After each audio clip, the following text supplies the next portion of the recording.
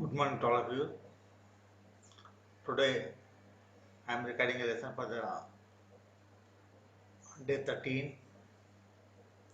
For this, I have prepared the PPTs and now we will go through the lesson. So, this is the lesson on force systems part 3. Now, in the previous classes,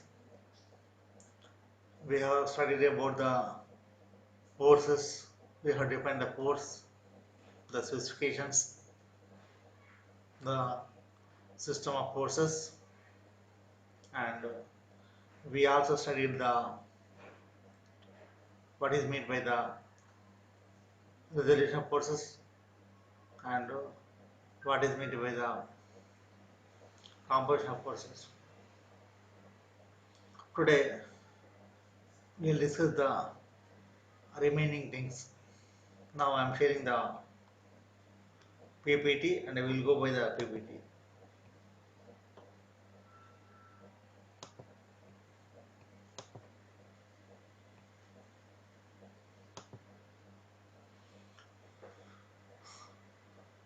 In this also we are going to discuss about the system of forces and equilibrium of forces.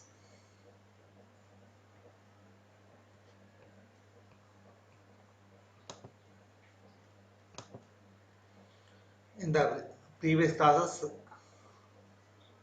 we have discussed about the system of units, base units, supplement units, derived units, and classification of the forces based on some criteria. And also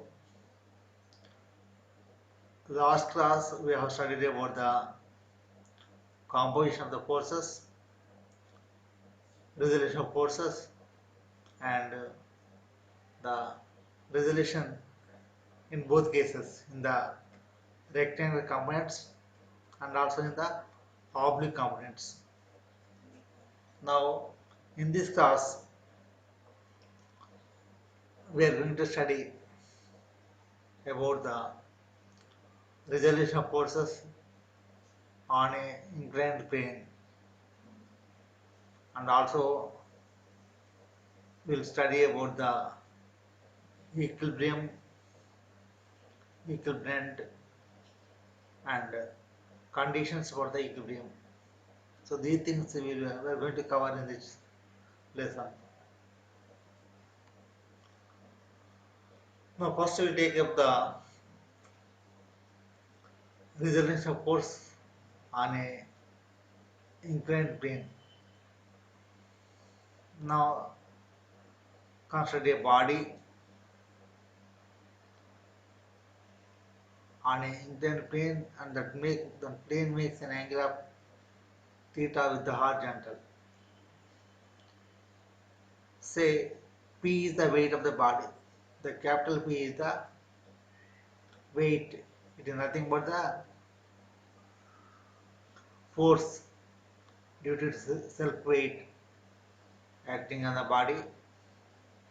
And now actually the weight of the body will always act vertically downwards. The P is acting vertically downwards. But here we want the components of the forces along the x and y axis, that is along the plane and vertical to the plane. Say px and py be the two components, that is px being the component of the force along the plane and py be the component of the force that is perpendicular to the plane. Now from the geometry of the figure, when the plane makes an angle theta with the horizontal on which the body is resting, when you draw a vertical, then the angle between the P and Py also will be equal to the theta. So when that angle is equal to theta, then in this triangle, in the small triangle, we got the three sides. That is, the vertical is Py, horizontal is Px, and diagonal is P, and the angle is theta. So in this case here, cos theta is equal to Px by P. Therefore, here what is happening is this Px is equal to Px by P becomes sin theta, not cos theta. So Px by P is equal to sin theta, and Py by P is equal to cos theta, because here Px is the opposite side and Py is the adjacent side. So by using the equations, Px is equal to P into sin theta, and Py is equal to P into cos theta. So here the force P acting on the body is divided into two components as Px and Py, and here Px is equal to P into sin theta and Py is equal to P into cos theta, where the theta is the angle made by the inclined plane with the horizontal, and Px means the horizontal component of the force which is acting along the plane, and Py is the vertical component of the force P which is acting at perpendicular to the plane.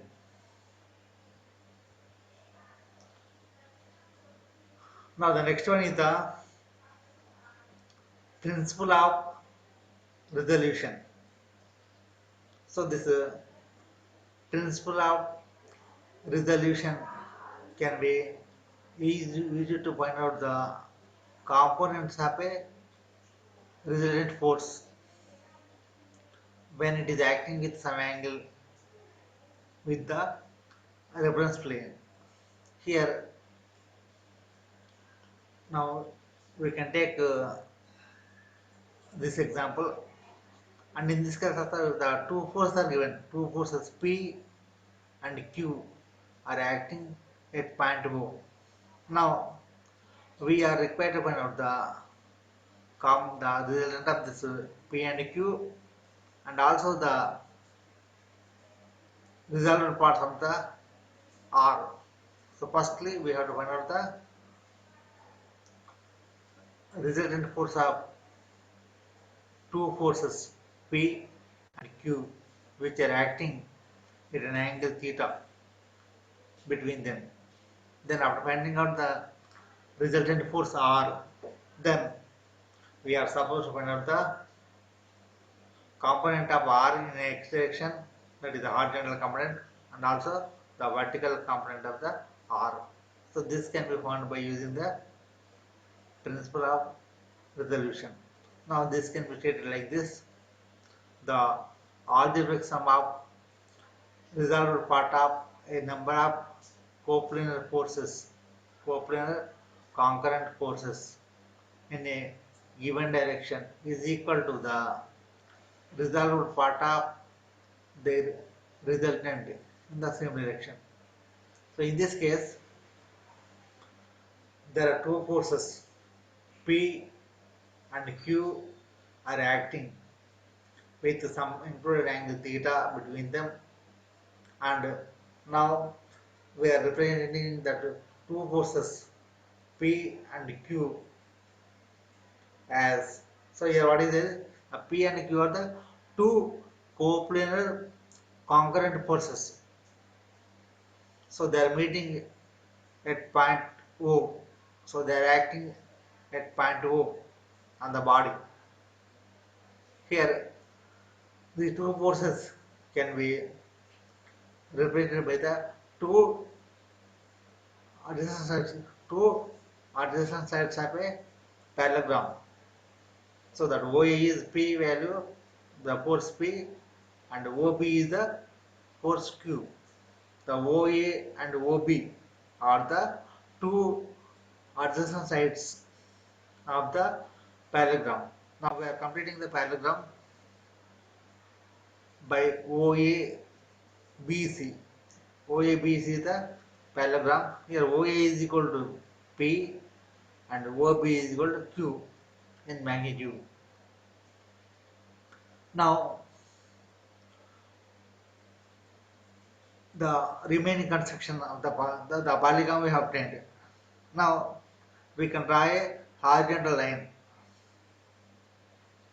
from point O, and that is extended up to N.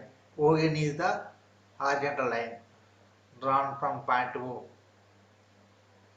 Now the CN is the vertical drawn on ON. So CN is the vertical or the perpendicular drawn on ON. Similarly, the AL is the perpendicular drawn on ON from point A, and also the BM is the perpendicular drawn on ON from point B. Now we are having we got two triangles here. One triangle is the triangle OBM. The second triangle is the triangle ACT. And now let us first of all the resultant force acting.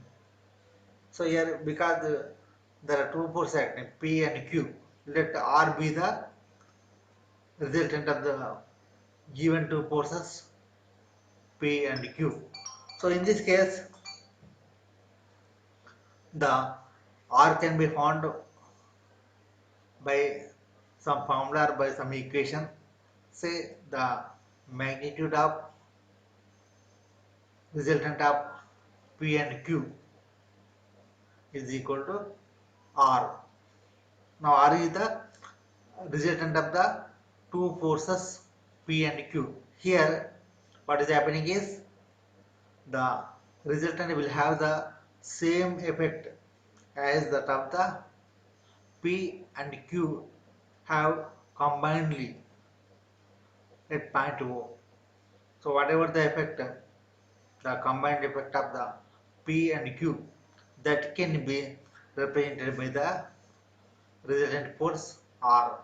Now see, the R is acting with some angle alpha with the horizontal.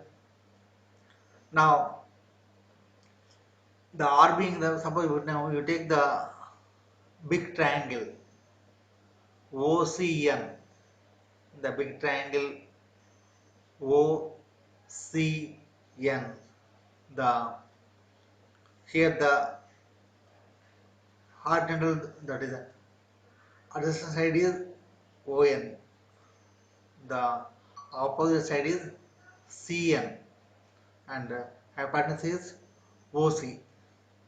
Now the result, you can say that the length of OM also equal to length of LN, that is also equal to AT. So OM is equal to AT is equal to ln, and also the length of ON is equal to OL plus ln. So that is equal to OL plus OM, because ln also equal to OM. So ON is equal to OL plus OM. So here the OL means the reserved part of the P force, and OM is nothing but the reserved part of the force Q. So therefore the reserved part of the R is equal to reserved part of the force P and reserved part of the force Q in the same direction. So this is called as the principle of resolution. So the principle of resolution states that the resolved part of the resultant is equal to the sum of the resolved part of the forces in the same direction. That is, resolved part of the R is equal to resolved part of the P plus resolved part of Q, and here we got two forces. So R is equal, the resolved part of the R is equal to resolved part of the P plus resolved part of Q. So this is called as the principle of resolution. Now this is the case. Next, to find out the resultant of two concurrent forces. For example, F1 and F2 are the two forces acting at point O, and so the included angle between the F1 and F2 also given, that is equal to theta. Now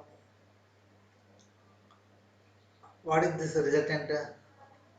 The resultant can be defined as a single force which is having the same effect as that of the two or more forces acting on the body. So the resultant will have the same effect and it produces the same effect as the all other forces are produced. So here what is happening is the combining the effect of the all the forces. In this case F1 and F2, and the resultant can be defined as the force, the single force which is having the same effect as that of the all the forces acting on the body is called as the resultant force, and that single force can be replaced by the all the forces acting on the body. In this case F1 and F2 are acting. Sometimes we may have the more forces, F3, F4 like that also.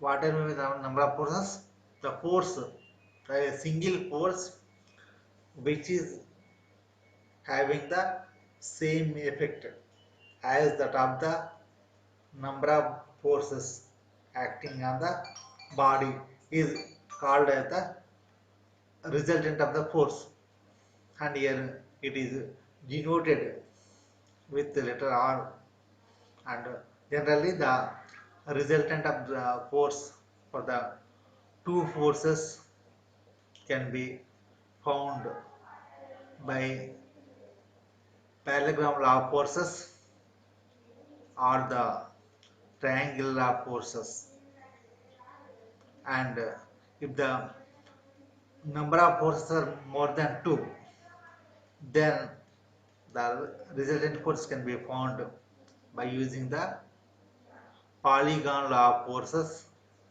and also it is also called as the law of resolution. And the next here the resultant of the two forces when they are acting in the same direction. Now in the present case, a body, that is blue color is the body, is acted upon by the two forces P and Q in the same direction. So P is also acting in the rightward horizontally and Q also acting rightward horizontally. So here when the P and Q are acting in the same direction, the resultant can be found by simply adding the two, because the two forces are acting in the same direction. In the present case, in the rightward direction. Whatever direction, if they act in the same direction, then the resultant can be found by simply adding them. So, if two forces P and Q act on a body in the same direction, then resultant R is clearly equal to their sum and acts in the same direction of the force. So R is equal to P plus Q, and this R also will act in the same direction as the P and Q will act. So here the R is equal to P plus Q. Now in the other case, so this is the second case. In this case, what is happening is the two forces are acting in the quite opposite directions. If P act in one direction, the Q will act in the opposite to that of the P. So in this case, so we have to find the resultant. So this is called as the resultant of the two collinear forces acting in a body. So here we can simply say that the P is acting in the rightward direction, so that we can assume that it is a positive direction. Then the Q is acting in the leftward direction, that is quite opposite to that of the P. So if P is positive, then the Q will become negative. Now in the previous example also, we found the resultant as how R is equal to P plus Q. So here also the R is equal to P plus Q, but the Q is acting in the opposite direction to that of P. So here Q becomes minus Q because it acts in the opposite direction to that of the P. So R becomes the P minus Q, because if one direction is positive, the other direction will become the negative. So R is equal to P minus Q, and it will act in the direction of P, because generally if the value of the P is more, then naturally the R will act in the same direction as that of the P, and if the P value is less, then the R will act in the direction of the Q, that is opposite to that of the P. So naturally if we have a relation, that is R is equal to P minus Q, if the P minus Q value is positive, then we can assume that the R will act in the direction of the P value. Sometimes we may get the P minus Q is negative. If we get a negative value, then what does it mean to? That the R is acting in a opposite direction to that of the P. That is nothing but the direction of the Q force. So in that case, the R will act in the Q direction. In the present case, the P is more than Q value, and R is equal to P minus Q. And we can state like this also: if two forces acts on a body in opposite direction, their resultant is equal to their differences and acts in the direction of the greater force. Here we assume that the P is greater than Q, therefore the R is equal to P minus Q, and R will act in the direction of the P value. So we can simply remember that if the two forces are acting in the same direction with the same inclination, then the resultant is equal to sum of their forces, that is R is equal to P plus Q. And if the two forces acts in the opposite direction, then the resultant is equal to difference of two given forces, and the resultant will act in the direction of the greater value of the force. Now, so in this case, the resultant of the two forces, when they act at some angle between them. So here when two forces act at a point in a different directions, the resultant may be obtained by the application of the parallelogram law of forces or by the method of resolution. So that this will take up in the next class.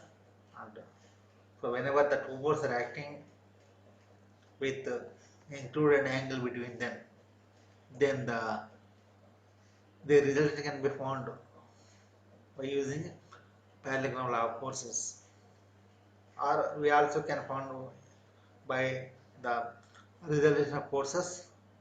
And even that resolution of forces is applicable to find out the resultant of two or more forces, two or more concurrent forces acting in a plane, that is two or more collinear concurrent forces. The next one is so that we'll discuss in the next class. The next important term is equilibrium. So generally we will come across this term, that is equilibrium, a number of times in our engineering mechanics or the solid mechanics, and sometimes it can be regarded as a general term also. So what is meant with this equilibrium? So it is nothing but equilibrium.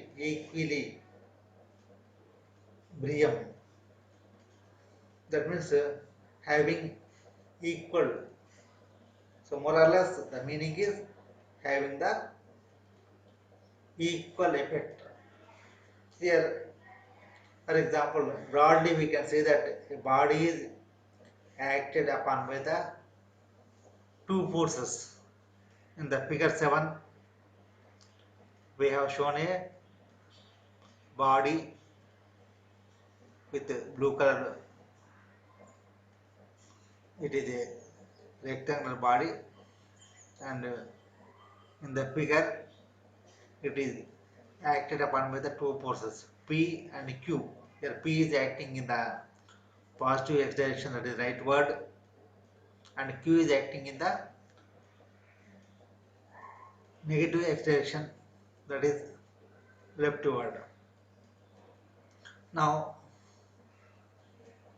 here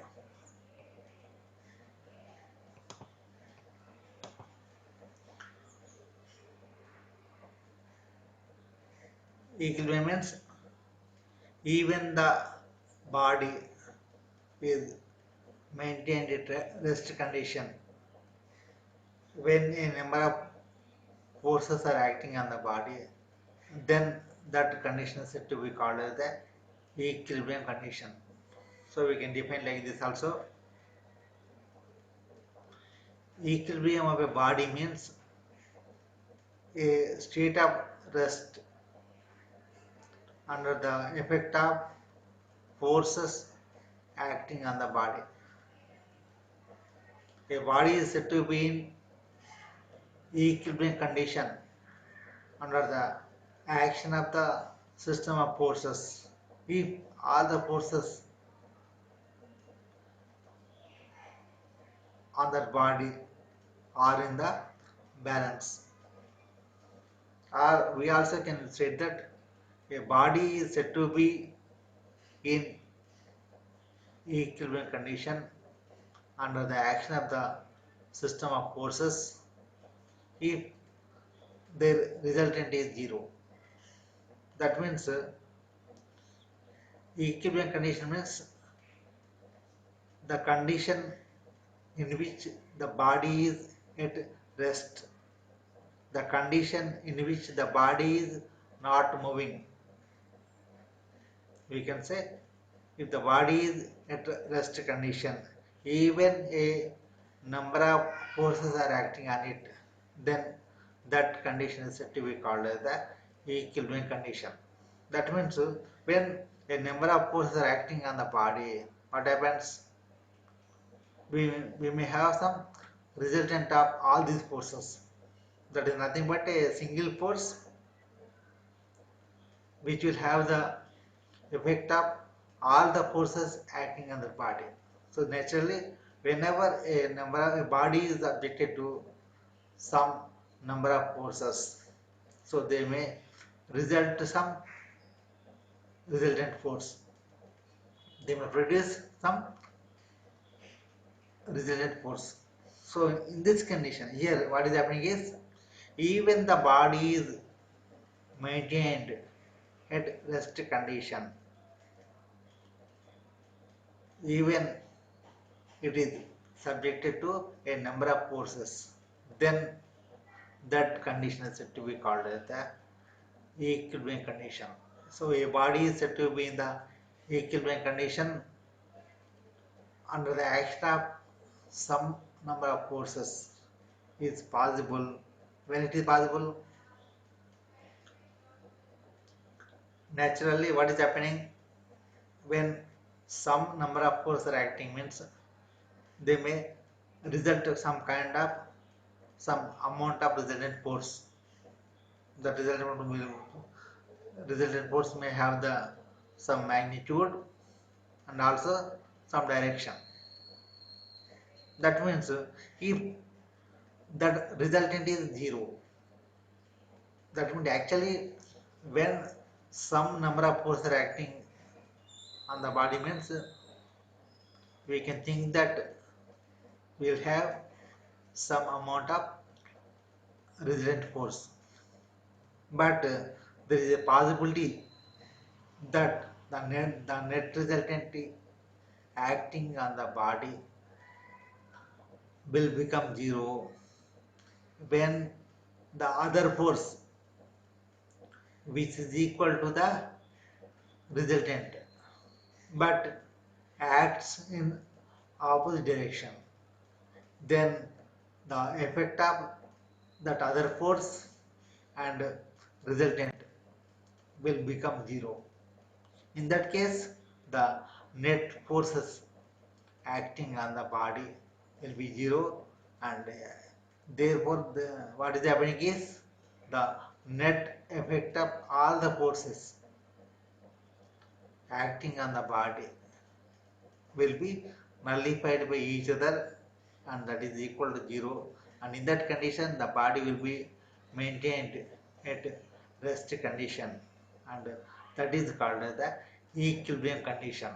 And this is possible only when the resultant of all the forces acting on the body is equal to zero.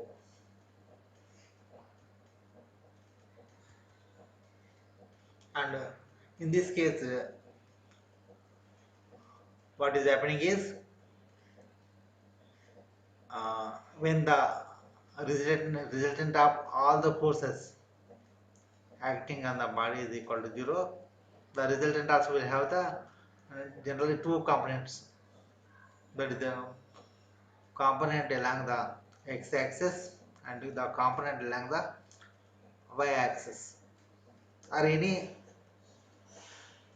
specified or defined reference axis. In that case, the two components of the resultant, that is the x component of the resultant and also the y component of the resultant, or we can say will be equal to 0 when the x component of the resultant means what, the algebraic sum of the forces acting on the body in x direction, and that must be equal to 0. Similarly, the y component of the resultant means the algebraic sum of the all the forces acting in the y direction equal to 0.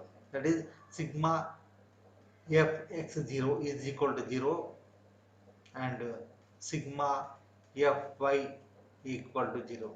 Sometimes that can be denoted with sigma fh is equal to 0 and sigma fv is equal to 0. Here x and h will represent the forces in x direction or the horizontal forces. Similarly, the Fy and Fv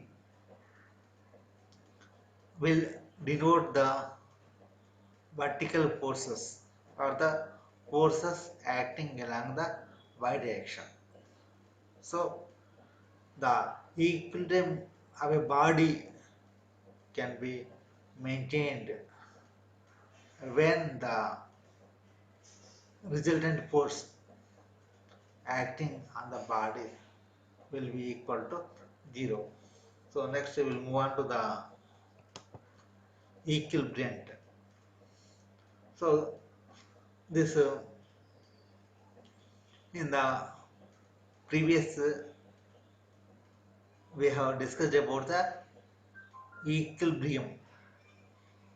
Equilibrium means a state of condition of a body, that is a state of rest condition. Simply the equilibrium can be defined as the state of rest condition of a body even number of forces are acting on the body. So what is happening is some number of forces, maybe 2, 3 or like anything, any number of forces may act on the body. Even then the body will not move, the body will be maintained in the rest condition. That means the effect of all the forces are nullified, or the effect of all the forces are equal to 0, then that condition is called as the equilibrium condition. Here we will have the definition of the equilibrium. So equilibrium means the force, like in the equilibrium we got a resultant. The resultant is equal to 0. In that case, the resultant means the sum of the effects of all the forces acting on the body is called as the resultant force. But equilibrium is the condition of a body. Here equilibrium means again it is a force. Equilibrium of a system of forces is a single force which will balance the whole system, and equilibrium will bring the system into equilibrium condition. The equilibrium is equal to the magnitude of the resultant force of all the forces acting on the body. The equivalent and resultant act along the same straight line but in the opposite directions. Here we can simply say that equivalent is a force which will bring the system into equilibrium condition. So it is a force required to bring the system into equilibrium condition. So it is a force, and with this we can bring the system into equilibrium condition. That means whenever some number of forces are acting on the body, so it will have the resultant. The resultant will have some magnitude and some direction. Therefore, to bring, so with the resultant, what is happening? The body will tend to move, or it will starts moving in some direction depending on the magnitude and direction of the resultant force. But however, when we wanted to maintain that body at equilibrium condition, so we should have to apply some other force, and that force will bring the body into equilibrium condition. So that force is nothing but the magnitude of that force is exactly equal to the resultant force, and the direction should be exactly opposite to that of the resultant force.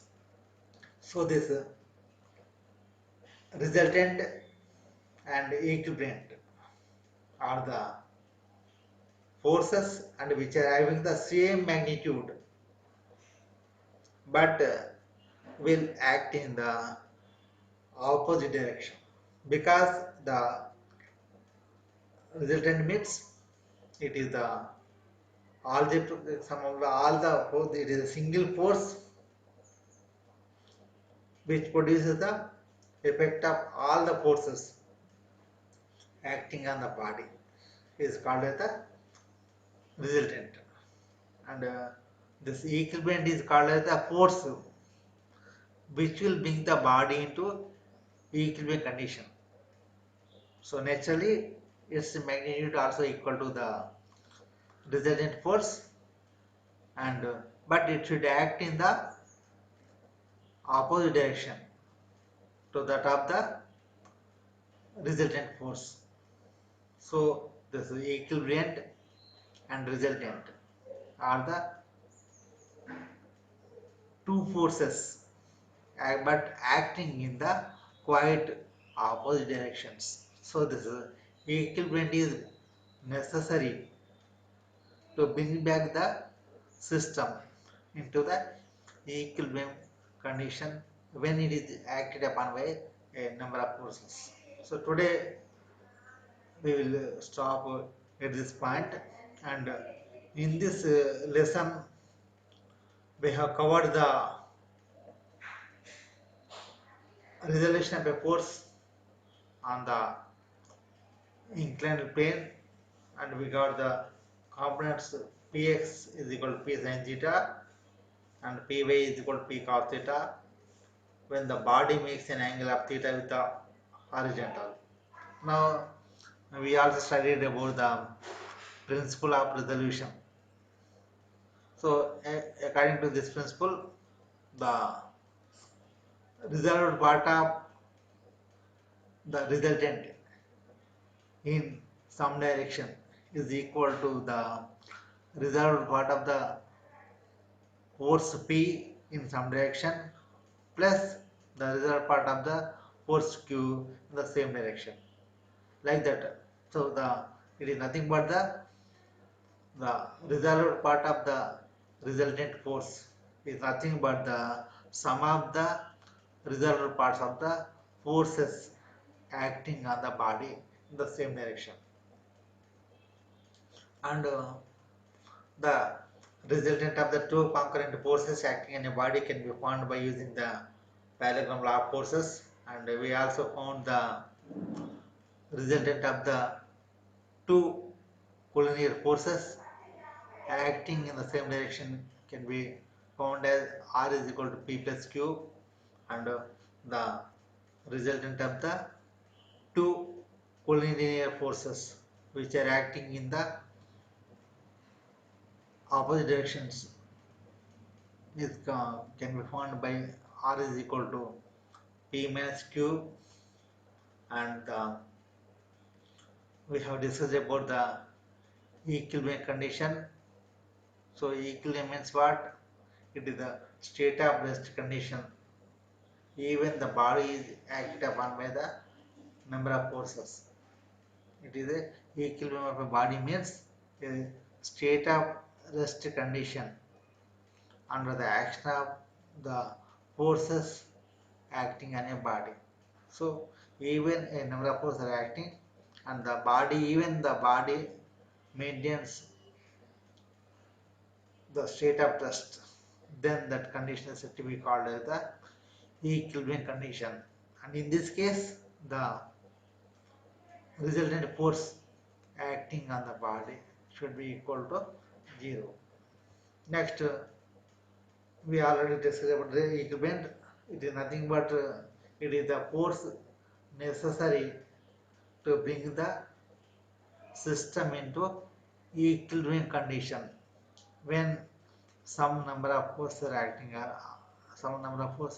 on the body, and this equilibrium is equal to the resultant in magnitude, but acts in the opposite direction, because so this equilibrium has to bring the system into equilibrium condition, and the equilibrium of a body will be disturbed by the resultant force. So it should, the equilibrium should act in a such a way that it should nullify the effect of the resultant. Therefore, the magnitude of the equilibrium should be equal to the resultant, but should act in the opposite direction. So this is about today's session. Thank you.